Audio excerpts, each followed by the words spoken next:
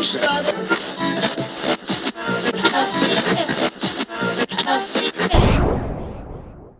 very warm welcome to Corey Glover, who we last saw in Australia with Living Colour in October, September last year with the Extreme Tour, and that was a lot of fun. This time, we're not here to talk about Living Colour, Corey. We're here to talk about Sonic Universe, a brand new album, a brand new project that you've got. Firstly, how does this fit in with the Living Colour universe? Because I take it if you've got this album out and you've been touring Living Colour, you've kind of got to put the blocks together to work one or the other. Pretty much. My schedule as of late has been filled with Living Colour business. But as soon as that sort of dissipates, I'm going to try to get out with Sonic Universe and see how that goes. That'll be nice to see some shows, and hopefully on a global basis, which will bring you. Yeah, and I'd love to come back. I'd love to come back to Australia. I love Australia. The previous projects that you had, Disciples of Verity in 2020, and before that, Ultraphonics 2018, they were one-off projects. Will Sonic Universe also be a one-off? I don't think so. It doesn't feel like it. The Ultraphonics thing with George Lynch held the promise of being something more than just a one-off, but it turned out to be just a one-off. And Disciples of Verity is hard to say whether that's going to be a one-off or not. They plan on doing more and more projects. My availability to do them is really contingent on Living Colour and Sonic Universe at this point. Well, the other part of this Sonic Universe story is Mike Orlando from Adrenaline Mob was his band. Yeah. And, you know, what a rocking band that was. I love that band. You have the unique situation of having to juggle the two bands. Adrenaline Mob haven't really done anything for quite some time. Does that free up his time to give you more time for Sonic Universe? It does, but he has other projects that he's doing that he plays with. He's doing stuff with John Bush. He's got a bunch of he has his own table filled with stuff that he needs to do as well. Plus, he's a really in-demand producer and engineer, so he does that as well. So he's got his plate is full as well. So that must mean the windows of opportunity for Sonic Universe must be very narrow. It can be, but if we set our minds to it, and as I said, my schedules freeze up in October, at the end of October of this year. So hopefully we'll be able to get some things done. Taykwuan Jackson and Booker King, Santana's bass player, are the other components of this. Will that be the touring band, the four of you? Yes. It'll be the four of us, and they have their own schedules as well. You know, Taykwuan's in a band, this metalcore band called Sworn Enemy, and they go out periodically throughout the year. So hopefully we will have a point at which everybody's schedule is freed up and we can all do this. So at this point, Sonic Universe is 10 songs. What would a Sonic Universe show therefore look like? I would imagine we'd be playing all this stuff. I'm sure we'd put in some cover of some kind.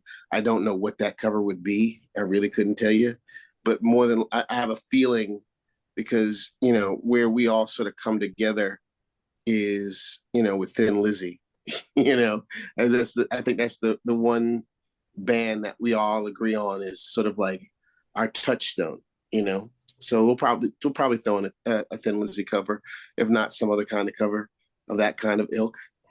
Thin Lizzy is an interesting position to cross paths with. To put it into perspective, a lot of people watching this probably would not even know who Thin Lizzy were, but, you know, back in the 1970s, Irish rock and roll band with a black lead singer. Yeah. He's an amazing bass player as well. I mean, and the thing about Thin Lizzy, in my estimation, is like one of the best bar bands in the world. You know, like when you hear them play, you can smell the sawdust and the beer on the ground. And, you know, we kind of all relate to that kind of thing, and to relate to a band like that, you know. Well, let's hope when the tour happens and you come to Australia, we say, Corey Glover, the boy is back in town. That would be good. When I first heard this band, I Am was the first song that was chosen to introduce yourself to the audience. Why that song? Right. Well, we wanted to make some sort of declarative statement. As you know, funny enough, that was the first song we wrote together. Was I Am, and it had a. We were trying to.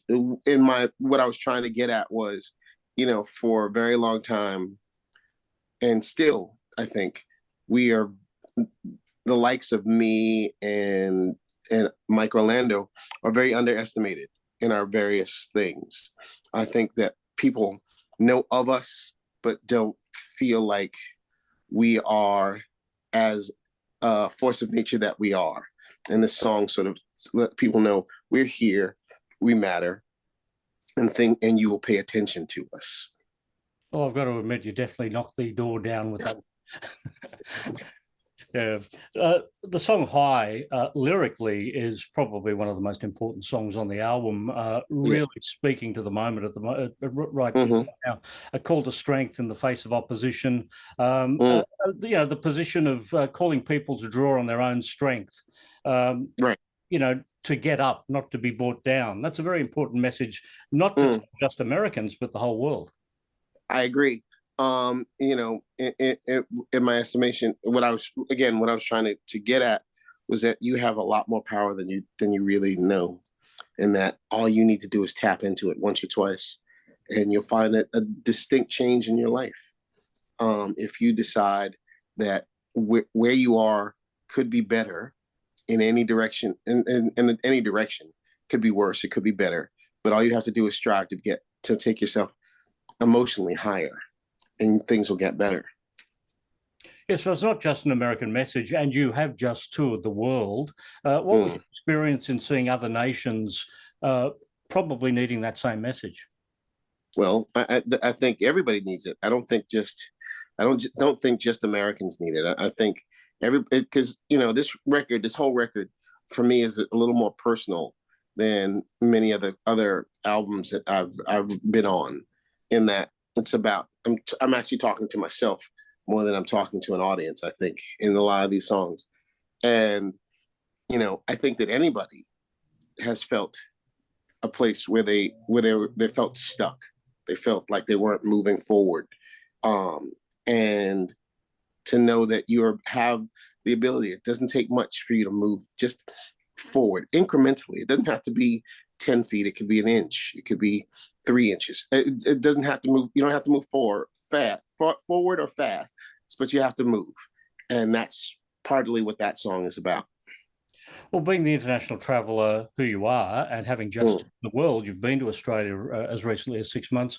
How do you see the Australians in fitting into all of that? Are we a more laid back nation of people than obviously America? But, when you go to certain places in Europe, I would imagine, there's a fairly comfortable existence as well.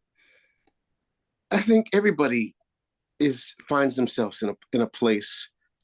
Everyone. I don't think location has anything to do with it. I think there's a human condition that you have to consider in much of this. That there are times in your life when you just feel like, why am I doing anything? I'd rather lay in bed, or I'd rather not do anything. And sometimes that can get to you. You can really get depressed. And if you're in that depressive state, what do you do to get yourself out of it? And I don't think that matters that you happen to live in Melbourne, or you live in Berlin, or wherever it is in the world. We all go through that. And our ways of coping with it is really what's important. Some people can really bounce back from adversity. Some people can't.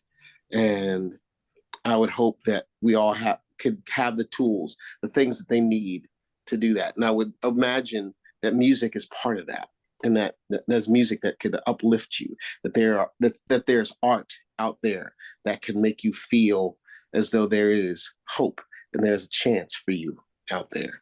And I'm trying to provide that as best I can. Well, the title of the album is It Is What It Is, but clearly the message is, it is whatever you want it to be.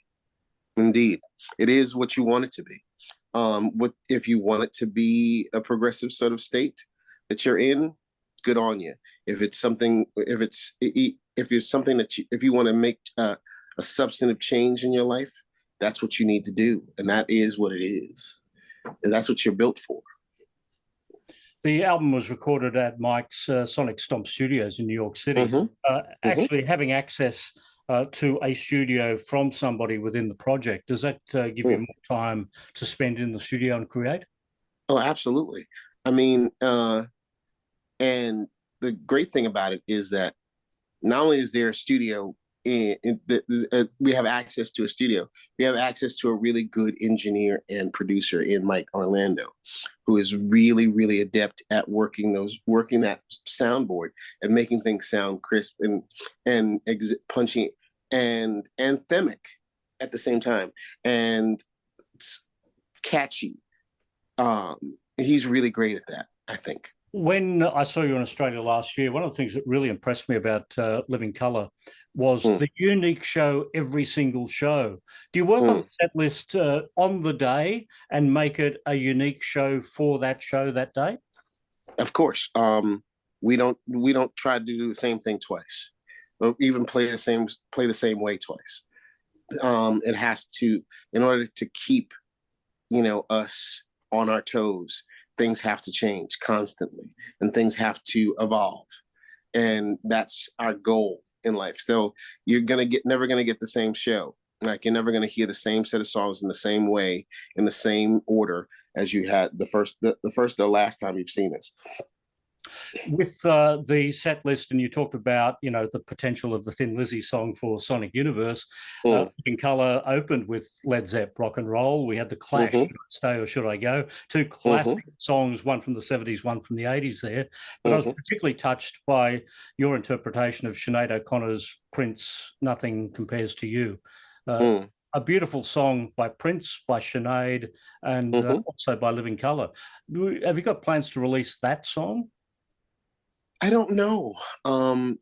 That was sort of impromptu, on the fly at the show when we first started playing it, and we have not thought about recording it in some way. In our minds, we're trying to just pay homage to those that have gone on before us, and Sinead was a major sort of piece of that, and Prince obviously was. So it was really sort of like our feeling that things are that about really giving a real sort of showing our reverence for these people. And those are moments in time.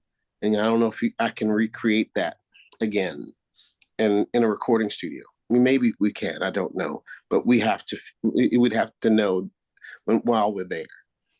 Well, if it doesn't go to a record, then I feel privileged being in the room, being able to hear it with so few people on the planet, having that same experience at the time. So thank you for that. You're welcome. When I spoke to Vernon last year, he alluded to a new Living Colour album potentially for this year. What are the chances out of 10 that we will see that?